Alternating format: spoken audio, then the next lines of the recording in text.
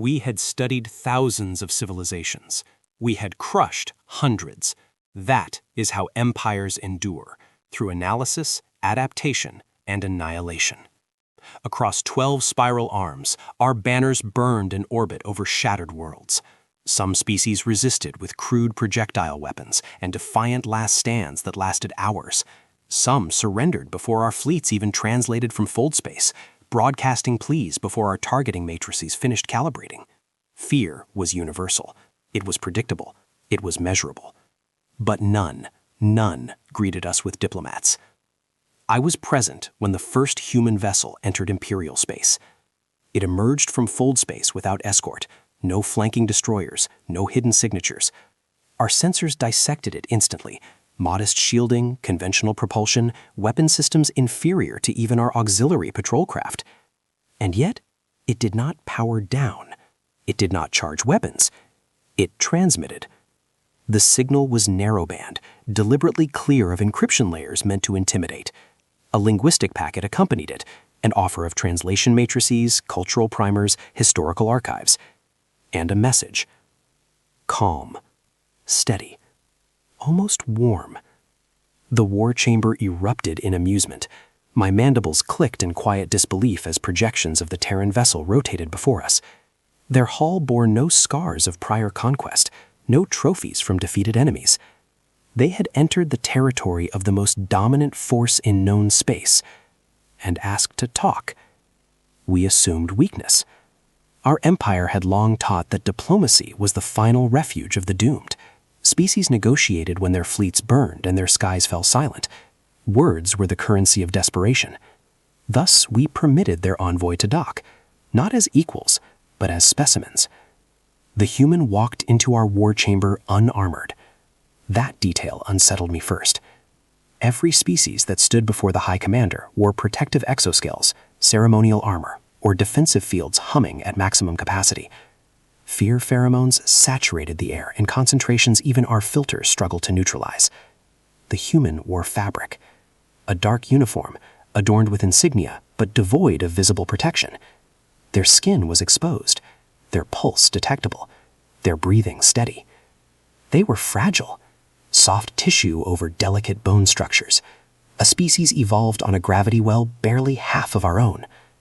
And yet, their eyes did not lower.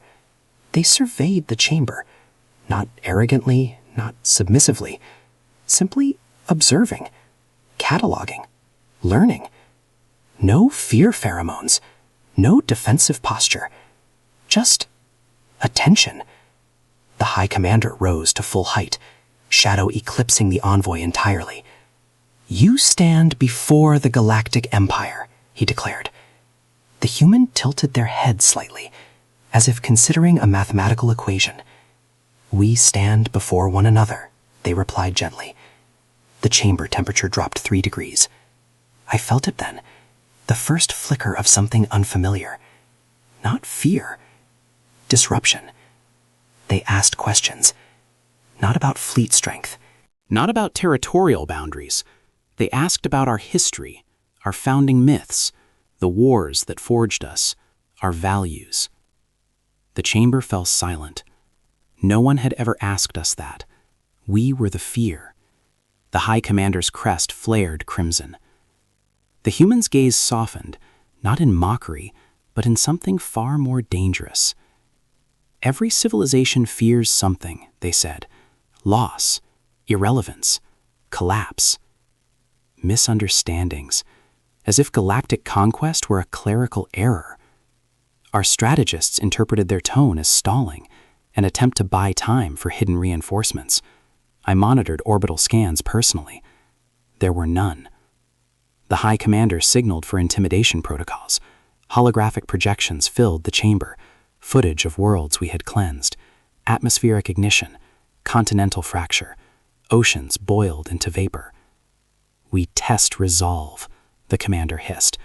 "One of your colonies lies within strike range. Order them to prepare evacuation." The human did not interrupt, did not plead, did not tremble. They simply watched the destruction replay across the chamber walls. Then, they smiled. It was small, subtle, almost sorrowful. "If you must," they said quietly. The War Council erupted in laughter. Even I released a sharp clicking sound of amusement. Lose more than ships? Their fleet mass was negligible, their industrial capacity minor compared to ours. A single punitive campaign could reduce their civilization to scattered survivors within months. Yet the envoy continued. "Violence is simple," they added. "It is the oldest language in the galaxy." The commander leaned forward. "No," the human replied. "The audacity." Guards shifted forward, plasma lances igniting. Still no fear. "Why?" I asked before protocol restrained me. The human turned to me, and for the first time I felt seen, not as a strategist, not as an enemy, but as an individual mind. "Because you are powerful," they answered. The simplicity of it unsettled me more than any hidden weapon could have. The High Commander dismissed them with a threat of orbital cleansing to follow if negotiations failed. The human inclined their head politely. As they exited, I replayed the moment in my neural buffers.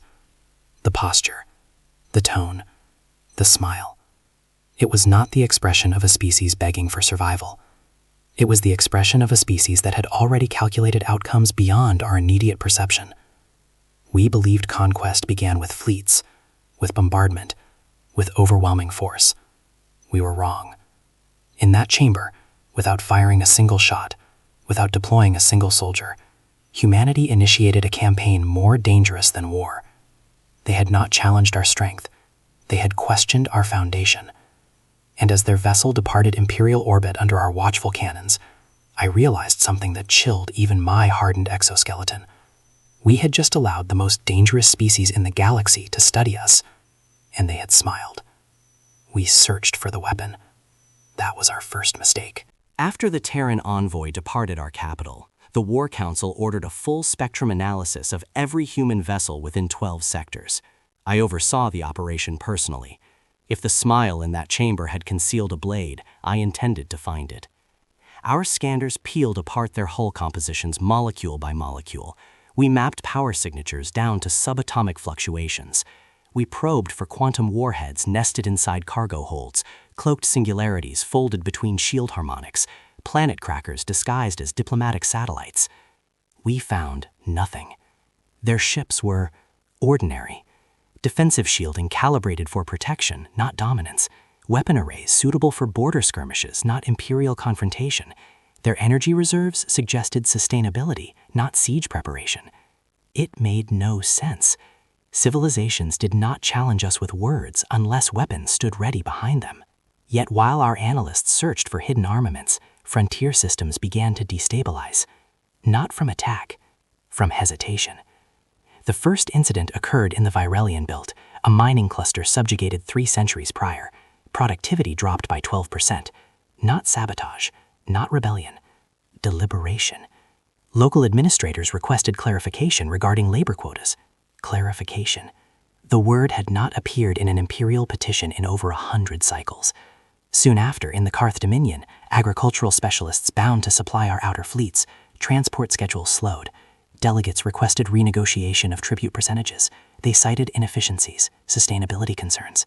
Sustainability. These were not the phrases of revolutionaries. They were the vocabulary of reform. Human diplomatic vessels had been present in both sectors. Unofficially, they were speaking to species we had long ago reduced to function. I accessed intercepted recordings. There were no threats, no covert military guarantees, no extravagant bribes capable of destabilizing loyalty. Only conversations. "We believe cooperation functions best when all parties benefit," one human diplomat said to a Virelian council. They did not speak against us. They reframed us. It was subtle, elegant, dangerous. Within cycles, whispers became formal petitions, requests for advisory councils, calls for transparency and resource allocation, appeals for adjusted tribute during famine cycles. Nothing violent. Nothing we could justify crushing without appearing tyrannical. Our enforcers reported something unprecedented. The subjugated species were not afraid, not openly defiant, not militarizing. They were standing straighter. I reviewed holographic footage from the Karth Dominion. Generations of bowed heads now met administrators eye to eye. Their voices no longer trembled when referencing Imperial law. "What is the evidence?" the High Commander demanded of me. I displayed the data. "Language patterns," I explained. The commander's crest darkened. That was when we understood. The humans had not deployed fleets. They had deployed ideas. We escalated surveillance. Human communications were dissected, every transmission decrypted, every cultural exchange program infiltrated. We found educational seminars on governance structures, workshops on economic modeling, historical case studies of Terran revolutions, emphasizing not violence, but institutional reform. They never once instructed a species to revolt. They asked questions. Freedom, the concept spread like radiation, silent, invisible, irreversible. Dignity followed, and dignity spreads faster than plague. Our war strategists demanded immediate military response, eliminate the source, they urged. But there was a problem. The humans were careful. Every agreement they facilitated included clauses affirming respect for imperial sovereignty. Every speech praised our strength and stability. They positioned themselves not as liberators, but as collaborators. If we attacked them, we would validate every quiet warning they had implied but never spoken. If we did nothing, their influence would deepen. For the first time in recorded imperial history, we faced a threat that grew stronger the more we pushed against it. In the frontier system of Halaris, a minor species petitioned for revised labor conditions. The request was denied. Protests followed, not violent, merely organized. Human observers were present. When our enforcement vessels arrived, they found the protesters seated in silence, holding translated copies of imperial law. They quoted our own statutes back to us. "They are using our framework," one officer reported, confusion saturating his tone, because the humans had taught them how to read it. Across sectors, productivity fluctuations stabilized, not downward, but upward. In regions where we permitted minor concessions under diplomatic advisement, output increased, morale metrics improved, crime decreased. Our analysts confirmed it with reluctant precision. Empowered populations were more efficient. Loyalty freely given was more stable than loyalty enforced. The implications were cataclysmic. If the empire could function more effectively through partnership, then centuries of conquest doctrine were flawed. I began to understand the smile. This was not rebellion, it was evolution, and we were being outpaced. Reports arrived daily. A shipyard consortium requested representation on strategic planning committees. A scientific enclave sought shared patent rights rather than compulsory acquisition. A border defense unit proposed joint training exercises with human fleets. Joint. Each request individually harmless, collectively transformative. The High Commander convened an emergency session. "We are losing control," he declared. With respect, I replied, "We are not losing control." Silence followed. The distinction was profound. Unquestioned obedience required fear. Cooperation required trust. And trust, once introduced as a viable alternative, rendered fear inefficient. We debated censorship, banning human cultural exports, restricting travel between sectors. But the humans had anticipated this. Their ideas were not centralized. They had taught local leaders how to think independently. Remove the humans and the conversations would continue. They had not built a hierarchy. They had built a network, a weapon invisible to scanners. Hope. I resisted the word at first. It felt imprecise, sentimental. But as I reviewed psychological assessments across subjugated populations, the pattern was undeniable. Hope correlated with resilience. Hope reduced susceptibility to intimidation. Hope encouraged long-term planning beyond survival. And hope was now embedded in sectors representing 30% of our industrial capacity. Infecting, one strategist muttered during a closed session. Yes, infecting. Except infections weaken hosts. This one strengthened them, which meant it weakened us, because our dominance depended on disparity. The final data point that shattered my certainty came from an unexpected source. An Imperial garrison commander stationed in the Virelian belt submitted a voluntary report. "Morale has improved among civilian populations since Terran mediation," he wrote. "Incidents of unrest have decreased. Resource output stabilized above projected quotas." He recommended engagement, not suppression. I stared at the report for a long time. Our own officers were adapting. For the first time since our species unified under conquest, the Empire faced an existential threat not of annihilation, but of transformation. We had prepared for fleets, for invasions, for bombardments that darkened stars. We were unprepared for this. A campaign fought in classrooms, in council chambers, in quiet conversations where ancient grievances were reframed as solvable problems. The humans had not fired a single shot, yet our frontier no longer trembled at our approach. It evaluated us, measured us, considered alternatives. As I compiled the latest intelligence brief for the War Council, one realization settled heavily within my consciousness. If this continued unchecked, the Empire would not fall in flames. It would change, and empires built on fear rarely survive change. We sought a weapon. We found nothing on our scanners, because the most dangerous weapon humanity possessed was not forged in reactors or mounted on warships. It was carried in their words, and it was spreading through our empire, one conversation at a time. We summoned him alone. It was not a request, it was a demonstration. The War Council rarely convened in full assembly unless extinction-level threats demanded it. 12 commanders, each responsible for campaigns that had erased civilizations, gathered within the Obsidian Strategium.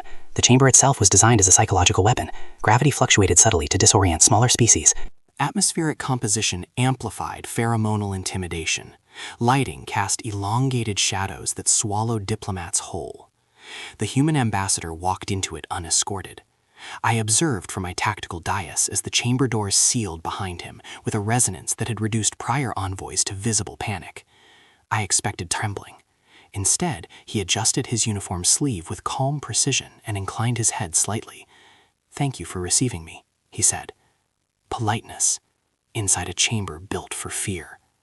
The High Commander unfolded to his full height, armored plates reflecting crimson warlight across the human's exposed skin. The ambassador folded his hands behind his back, posture relaxed but disciplined. "We have been speaking with your allied worlds," he replied. The word erupted from Commander Vreth like plasma discharge. The human paused, not in hesitation, but in careful consideration of language. "We did not teach them to hate you," he said calmly. Outrage detonated across the chamber. Threat displays ignited. Bioluminescent crests flared. Plasma blades slid from ceremonial gauntlets, filling the air with a sharp ionized scent.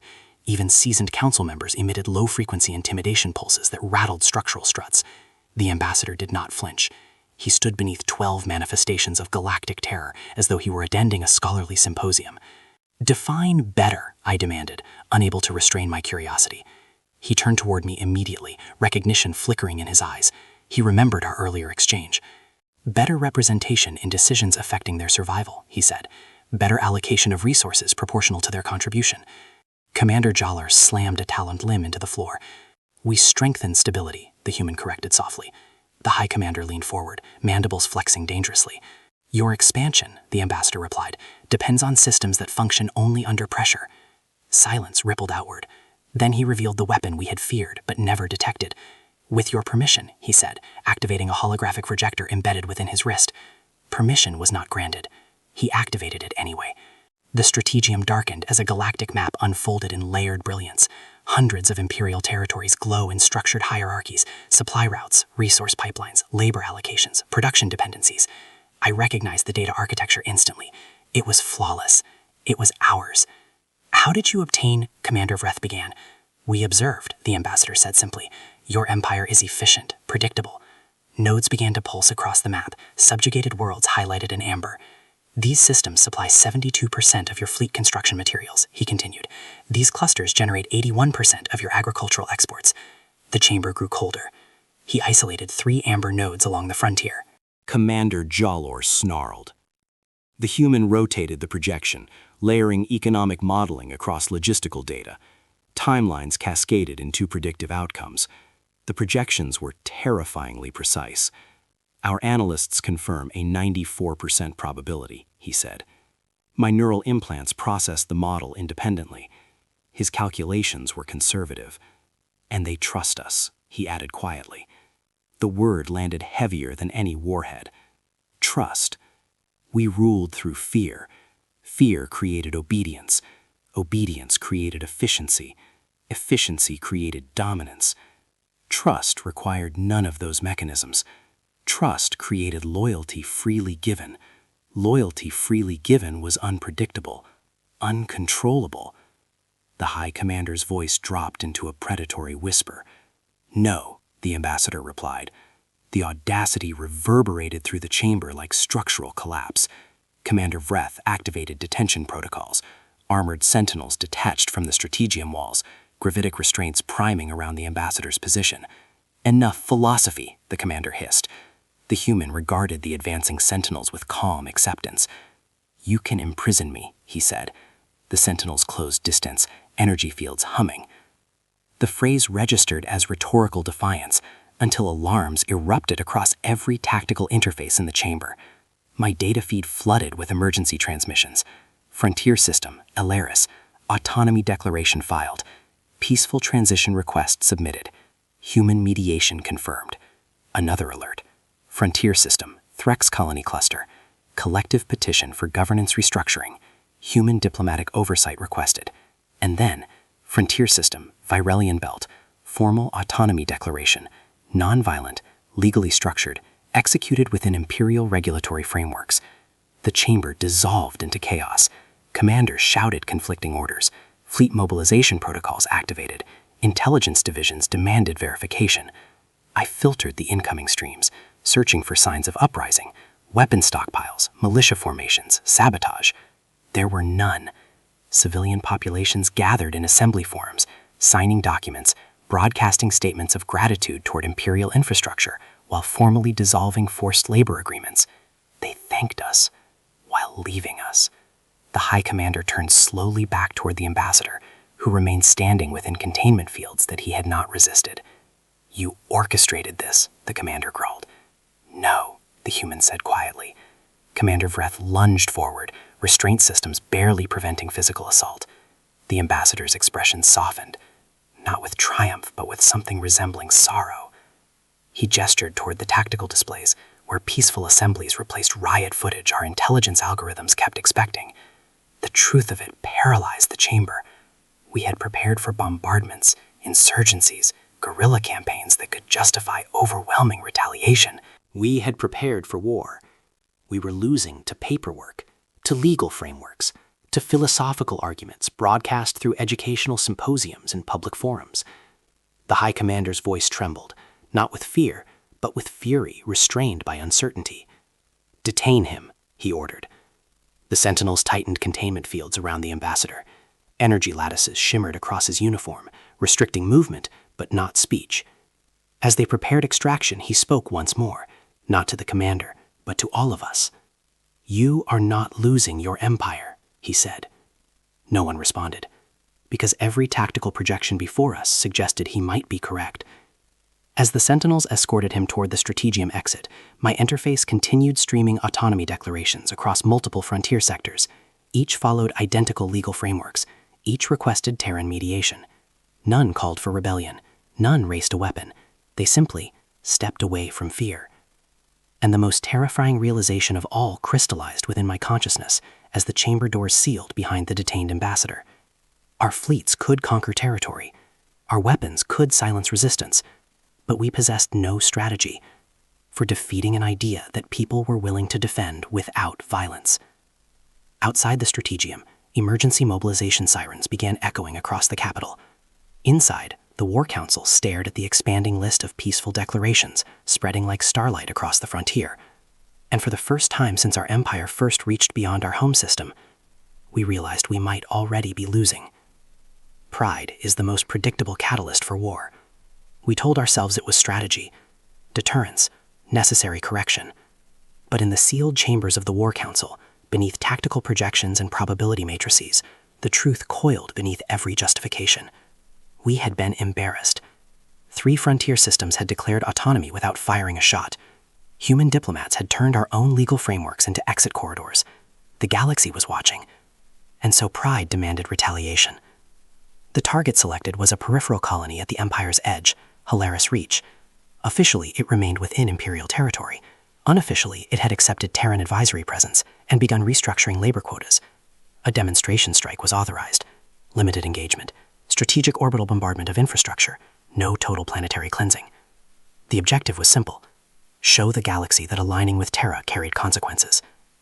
I stood within the central command nexus as Fleet Admiral Korvath's armada translated into Halera's orbit. 27 capital ships, 84 escort vessels, enough firepower to fracture a moon. We expected resistance. We found evacuation corridors. Even before our fleet completed orbital positioning, planetary traffic had organized into structured lanes. Civilian transports, Varelian, Karth, and even minor Imperial auxiliary species were ascending under coordinated guidance. Human transports were already present. Shield arrays extended outward, not around military assets, but around civilian vessels. Alien civilians, not their own. Admiral Korvath transmitted the standard ultimatum. Halaris Reach is in violation of Imperial economic directives. The response arrived seconds later. Visual channel only. A human fleet commander appeared on screen. Dark uniform, composed posture. Behind her, the faint glow of a tactical display. "You will not fire," she said. No negotiation, no plea. A statement. Such arrogance. Admiral Korvath's crest flared with invisible irritation. You overestimate your position. The human commander's gaze did not waver. If you fire, she continued evenly, your volleys will strike civilian transports currently within your targeting cones. The implications struck the chamber like a silent detonation. They had positioned evacuation corridors deliberately within our line of approach. Not as shields, as witnesses. 7 seconds. Then pride prevailed. Primary batteries, he ordered. Target planetary shipyards. And that was our mistake. Imperial cannons discharged in synchronized brilliance, plasma lances streaking toward the planet's orbital infrastructure. Human ships moved before the volleys reached terminal velocity. They did not form a wall. They wove. Precision thruster bursts shifted vessels into calculated intercept arcs. Defensive grids flared, not to absorb full impact, but to refract trajectories by fractional degrees. Our shots missed shipyards by meters. Instead, they dissipated harmlessly against upper atmosphere. A maneuver so subtle, it appeared accidental. Korvath snarled. Adjust targeting. But by then, human countermeasures had begun. They did not unleash overwhelming salvos. They targeted engines. Our forward destroyer shuddered as pinpoint rail strikes disabled propulsion arrays without breaching life support sections. Shield harmonics collapsed under algorithmic disruption pulses precisely tuned to overload, but not explode, reactors. Within moments, 6 Imperial vessels drifted powerless. No catastrophic detonations, no crew loss, just silence where dominance had been. Boarding alerts trenchered across our tactical grid. Human assault craft latched onto disabled hulls. I anticipated slaughter. Instead, internal feeds, hacked and broadcast across up-in frequencies, revealed something impossible. Human boarding teams moved with disciplined efficiency, weapons active but controlled. They disarmed resistance with concussive rounds. They sealed ruptured compartments. They treated wounded Imperial soldiers with medkits bearing Terran insignia. They stabilized our casualties. One recording replayed across my console repeatedly. An Imperial officer, plasma burns across his thorax, raising a blade in futile defense. A human medic, kneeling beside him. Hold still, the human said calmly. The footage was not intercepted. It was transmitted. Across the galaxy. Every restrained strike, every redirected volley, every instance of civilian shielding, every rescued Imperial crew member. Korvath ordered full barrage escalation, but targeting systems faltered. Human electronic warfare infiltrated fire control networks, not to hijack them, but to introduce micro-delays, milliseconds that forced manual overrides. Confusion rippled through the fleet. And all of it, every hesitation, every disabled engine, was being watched. Neutral systems began opening live diplomatic channels, demanding clarification. Loyal sectors requested confirmation that Imperial forces were not deliberately targeting evacuation corridors. We had intended to demonstrate power. Instead, we demonstrated recklessness. After 47 minutes, Korvath ordered retreat. Not because we were outgunned, but because continued engagement risked catastrophic narrative defeat. As our crippled fleet withdrew from Halaris orbit, human vessels did not pursue aggressively. They maintained perimeter defense, and they continued evacuating civilians. The broadcast ended only after the final transport cleared atmosphere. In the War Council chamber, silence consumed us. Damage assessments scrolled across the displays. Material losses were moderate. Personnel fatalities were minimal. Strategically, the engagement was inconclusive. Politically, it was catastrophic. Within days, neutral systems issued formal condemnations. Even long-standing Imperial allies expressed concern regarding proportionality. Concern, a diplomatic term meaning doubt. Across our own core worlds, public discourse networks, once tightly regulated, erupted with analysis clips from the Halaris broadcast. Citizens replayed the footage frame by frame. They observed how human ships positioned themselves between our fire and alien civilians. They noted that not a single Imperial life had been taken unnecessarily. They compared it to archival footage of our prior suppressions. The contrast was devastating. The question spread faster than any autonomy petition. Military academies reported cadets debating rules of engagement ethics. Industrial workers referenced Halaris during labor negotiations. The High Commander attempted narrative control. Official statements framed the engagement as a response to unlawful interference. But the galaxy had seen too much. We had attacked. They had defended everyone. That distinction crystallized into collective memory. Our intelligence projection shifted overnight. Where once human diplomatic influence had been a slow-burning ideological contagion, Holaris transformed it into a moral referendum. The humans had not won through dominance. They had won through restraint. And restraint, in a galaxy accustomed to annihilation, appeared revolutionary. I reviewed battle analytics repeatedly, searching for evidence of concealed strategic advantage, some hidden escalation plan we had narrowly avoided. There was none.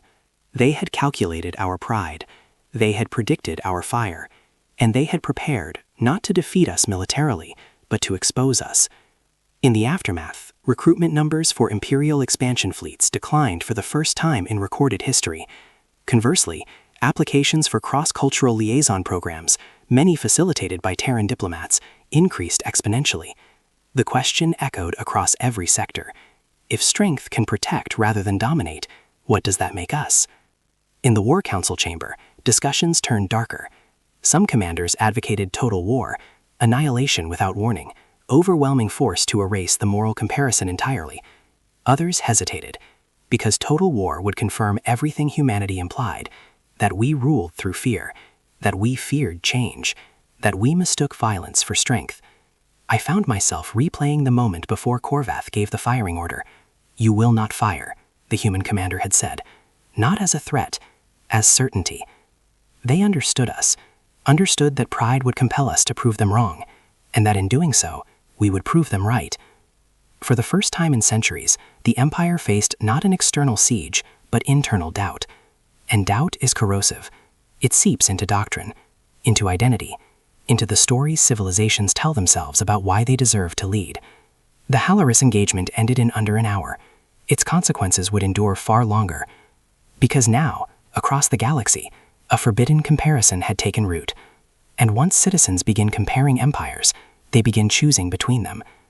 That choice, I realized as the War Council descended into fractured argument, was far more dangerous than any fleet humanity could ever assemble. Empires expect to fall to invasion. We prepare for fleets on the horizon, for bombardments that fracture continents, for enemies who declare themselves with fire. We were not prepared to fall to comparison. The collapse did not begin with explosions. It began with numbers. Trade manifests from other sectors showed subtle deviations. Freight carriers that once routed exclusively through Imperial checkpoints began diverting toward Terran coordinated exchange hubs. At first, the percentage shifts were negligible, 3%, then 5%. Within 6 cycles, the redirection reached 19% across frontier commerce lanes. Unofficially, they were votes. Former vassal species, still technically within our dominion, negotiated revised agreements under human arbitration. The changes were modest: shared oversight councils, proportional taxation, reinvestment clauses for local infrastructure. We predicted chaos. Instead, we observed improvement. Agricultural output increased in the Threx clusters after tribute quotas were recalibrated. Industrial accidents decreased in Varelian shipyards once worker councils gained limited authority over safety standards. Piracy declined along trade corridors protected jointly by Imperial and Terran patrols. Not rebellion, optimization. Our propaganda engines activated immediately. Humanity was labeled manipulative, parasitic, ideological infiltrators eroding galactic stability. State broadcasts replayed selective footage from Halaris, edited to imply Terran aggression. But raw recordings remained accessible across open networks. Citizens compared versions, and once comparison becomes habit, propaganda loses efficiency. I began receiving academic reports from core world universities, institutions previously dedicated to conquest theory and expansion economics. Younger scholars were studying human philosophy, accountability, representation, rights. These concepts were dissected not as threats, but as intellectual curiosities. Curiosities become discussions. Discussions become movements. Our internal security division recommended suppression. Cultural import restrictions were enacted. Human literature was classified as destabilizing material. Academic symposiums referencing Terran governance models were dissolved. Enforcement squads raided discussion forums. The result was immediate and counterproductive. The more we suppressed, the more admiration grew. Confiscated texts reappeared in encrypted networks. Banned lectures circulated through private channels. Even officers within our own fleets began requesting access to comparative governance studies under the guise of strategic research. Human diplomats did not demand our destruction. They did not call for regime change. Their public statements were infuriatingly consistent. The empire is strong, they would say. Consent. The word destabilized more effectively than sabotage ever could. Within the War Council, fractures widened. Commander Vreth advocated total war, planetary sterilization of Terran core worlds before ideological contamination reached irreversible levels. Others cautioned restraint. A direct assault would unify neutral systems against us. The humans had woven alliances not through treaties of fear, but through mutual benefit. To attack them would confirm every suspicion they had gently implied. We faced a binary choice: annihilate them and risk galactic unity against us, or adapt. The High Emperor, whose authority eclipsed even the War Council, chose escalation. Not open war, shadow war. Covert operations targeted Terran leadership, assassination attempts masked as accidents, cyber infiltrations designed to cripple diplomatic networks, economic sabotage intended to fracture their cooperative alliances. Every operation failed, not because Terran security technology surpassed ours, because humans protected one another with a loyalty we had never cultivated. One attempt targeted a senior Terran negotiator during transit between systems. Our agents sabotaged navigation coordinates, intending to strand the vessel in unstable fold space. Before the trap activated, 3 independent civilian ships altered course voluntarily to escort the Diplomat. They had received no official directive. They simply refused to let one of their own travel alone. Another operation attempted to discredit Terran economic advisors by fabricating corruption evidence. Within hours, human journalists, independent, decentralized, investigated the anomaly. The forgery was exposed publicly, not suppressed internally. Transparency as defense. We had no equivalent mechanism. Our structure relied on hierarchy. Information flowed upward, then downward. Authority was centralized. Humanity operated as a distributed organism. Cut off one limb, and the rest adapted instantly. The most devastating failure occurred when an elite strike unit infiltrated a Terran diplomatic summit on the neutral world of Kalis. Their objective: eliminate multiple high-ranking envoys simultaneously. The strike team never reached their targets. Local security forces, composed of 5 different species, intervened, not because of formal obligation, because those species had benefited from Terran mediation. They defended humans as allies, as partners, as friends. Friendship, a strategic variable our models had never adequately quantified. As covert failures accumulated, unrest intensified within our core sectors. Economic indicators reflected strain, not collapse but reorientation. Corporations petitioned for access to Terran cooperative markets. Independent merchants requested cross-border licensing agreements previously deemed unnecessary.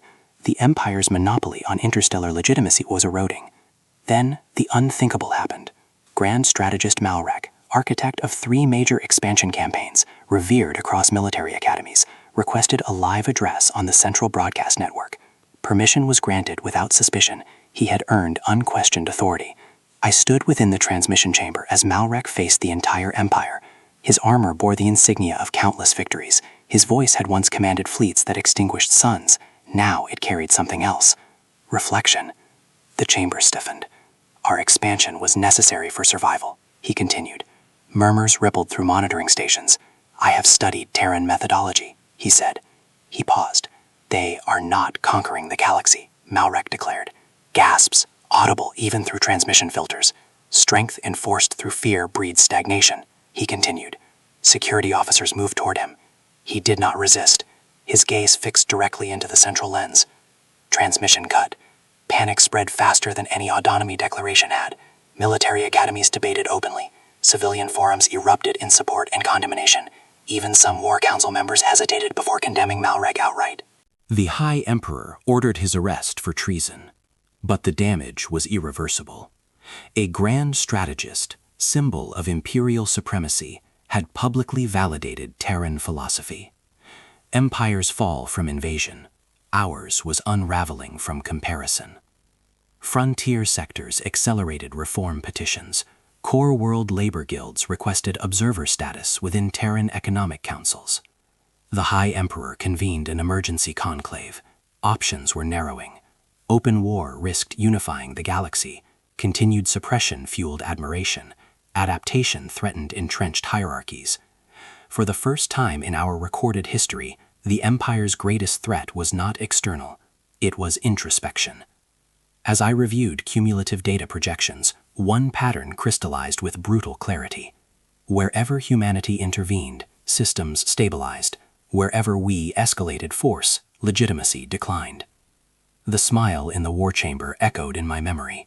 It had never been arrogance, it had been certainty. They understood that civilizations, when presented with a superior model of cooperation, eventually choose it, not because they are coerced, because they compare. And when comparison reveals moral inferiority, even the mightiest empire begins to question itself. Outside the capital, peaceful assemblies increased. Inside, paranoia deepened. The High Emperor prepared an announcement rumored to redefine imperial doctrine entirely. Some whispered it would be total war, others whispered reform. As tension tightened across every sector, I recognized a truth none of our predictive models had anticipated. We were no longer fighting humanity. We were fighting the version of ourselves we had always justified. And that battle was far more dangerous. The final confrontation did not occur in space. No orbital bombardments, no fleet engagements, no plasma lances or railguns fired in anger. Our armadas remained intact, arrayed across the capital system. Our weapons were fully operational, gleaming like the teeth of a predator prepared for the kill. Yet the tension in the War Council was not martial. It was existential. Alliances fractured. Long-standing vassal systems began withholding support. Trade networks, once loyal arteries of wealth, diverted towards Terran cooperative hubs. Productivity in key sectors faltered under scrutiny from younger administrators, inspired by Terran doctrines of accountability. The humans did not demand surrender. They did not threaten annihilation.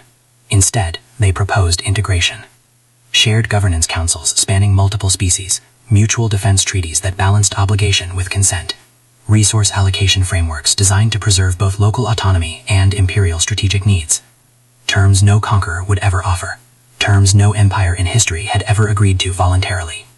And then the same ambassador returned. He was older now, bearing scars from prior assassination attempts that had failed spectacularly. A faint crease etched across his forehead spoke of experiences we would never endure, but his posture remained calm. His uniform was simple, unadorned. His presence alone reframed the chamber. "You fear losing control," he said softly, voice steady, measured. Silence fell. It was the kind that fills a room so completely it becomes a physical weight. Even the High Emperor, whose will usually filled the entire chamber, leaned forward slightly. And then the question arose. The statement reverberated across every mind present. Strategy officers, fleet admirals, diplomats, even the youngest scribes recorded it with a sense of awe that bordered on terror. We signed. Not because we were defeated militarily. Not because our fleets were shattered, our defenses breached, or our technology outmatched. We signed because we were defeated philosophically. Because the human method, restraint, loyalty, partnership, dignity, had revealed the fragility of our dominance built on fear and coercion. The ambassador extended his hand, not in victory, but in invitation. And for the first time, I understood the truth we had ignored for centuries. Humanity's greatest weapon was never their fleets. It was never their armies. It was their refusal to become what they fought against. They did not seek to conquer us. They sought to show us a higher standard. And in doing so, they reshaped the empire, not with fire, not with conquest, not with terror, but with the quiet power of moral certainty. In that chamber, we glimpsed the future. A future where strength was measured not by subjugation, but by the capacity to inspire loyalty, respect, and cooperation across species. And as the ambassador departed, leaving corridors filled with silence, I realized the ultimate irony. We had maintained our dominion across hundreds of systems for centuries, yet it had taken conversations, compassion, and courage to finally teach us how to govern. For the first time, the galaxy no longer trembled at our might. It trembled at the example we had failed to follow, and the humans had illuminated the path forward. And in that moment, I understood. Our defeat was total, yet it was also liberating. We had survived humanity's greatest assault, without a single shot fired against us, and we were never the same again. Cycles have passed since the treaty. The Empire endures, but it is no longer the same. Worlds once exploited now serve willingly, not out of fear, but because they choose to. Military academies that once drilled obedience now teach conflict resolution alongside strategy, examining the ethics of engagement as carefully as orbital maneuvers. Even our language has shifted. adopting Terran terms for concepts we once lacked: trust, rights, shared future. I often revisit the recordings of that first smile in the war chamber. The memory is indelible. A human diplomat, calm, unarmed, unafraid, gazing across 12 of the most fearsome commanders in the Empire. We believed diplomacy was weakness. Humanity proved it was discipline. They endured threats without surrendering their values. They defended without dehumanizing. They inspired without domination. Across the galaxy, rising species now study Terran doctrine, not for weapons or fleets, but for frameworks of resilience, governance, and collaboration. Economies once reliant on coercion now flourish under cooperative networks. Populations once obedient through terror now thrive through dignity. The galaxy did not fall to humanity. It rose because of them. I recount this to new civilizations, species just beginning their journey among the stars, often trembling at the prospect of human influence. I tell them what we learned. Too late, painfully. Fear the species that seeks war, but be in awe of the one that wins without it. Because if humans ever truly choose conquest, there will be no empire left to resist. Their strength lies not in the fleets they command, nor the weapons they wield, nor even the battles they fight. It lies in restraint, in the unwavering principle that the measure of power is not how many you can crush, but how many you can raise beside you. And in that lesson, the galaxy has learned something it will carry forever. Victory without violence is the most dangerous and the most enduring force in existence. We are no longer subjects of fear. We are witnesses to mastery. And every cycle I watch anew as humanity continues to teach, not by dominion, but by example.